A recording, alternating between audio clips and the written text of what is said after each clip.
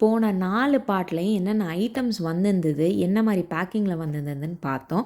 இதில வந்து frozen two இலை தாங்க பார்க்க போறோம். அதாவது நான் ஒவ்வொன்னையும் சூடு பண்ணி, அந்த இலையில சர்வ் பண்ணுறது. எப்பா!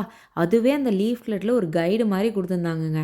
என்னென்ன இதெல்லாம் எந்த பக்கம் இலையோட லெஃப்ட்ல வரணுமா, ரைட்ல வரணுமா, மேலே வரணுமா, இது மாரி எல்லாமே இருந்தது. ஸோ, இப்போ இதுவரைக்கும் வச்சிருக்கிறது ஃபுல்லாவே சைட் டிஷ்ஷு.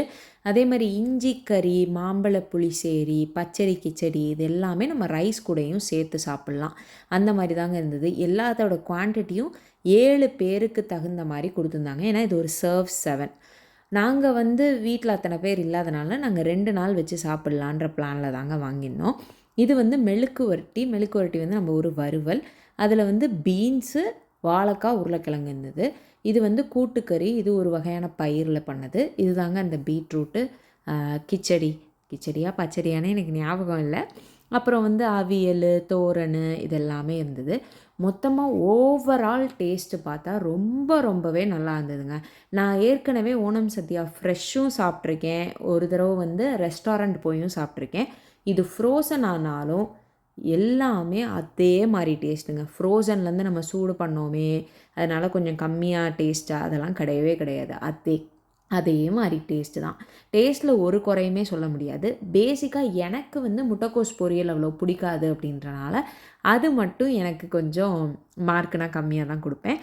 மத்தபடி மெயினா இந்த பீட்ரூட்டு கிச்சடி வந்து ரொம்ப சூப்பர்.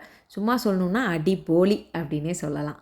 இதுக்கப்புறம் வந்து இதுக்கான இன்ஸ்ட்ரக்ஷன்ஸ் மெயின் டிஷ்ஷுக்கான இன்ஸ்ட்ரக்ஷன்ஸ் லைக் ரைஸு கூட ஃபஸ்ட்டு பருப்பும் நெய்யும் போடணுமா. அதுக்கப்புறம் ஃபாலோடு பை சாம்பாரோ இல்லை மாம்பழ புளிசேரியோ.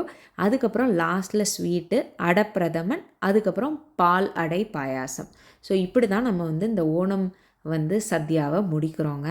இந்த வருஷம் ஓணம் செலிப்ரேட் பண்ணுற எல்லாருக்குமே ஹாப்பி ஓணம். ஓணம் ஆஷம்சகள். கரெக்டாக சொல்லிட்டேன்னு நினைக்கிறேன். இதே மாதிரி எங்களுக்கு தெரிஞ்ச விஷயத்த நீங்களும் தெரிஞ்சுக்கணும் அப்படின்னு ஆசைப்பட்டீங்கன்னா, மறக்காமல் நம்ம சேனலுக்கு சப்ஸ்கிரைப் பண்ணிடுங்க.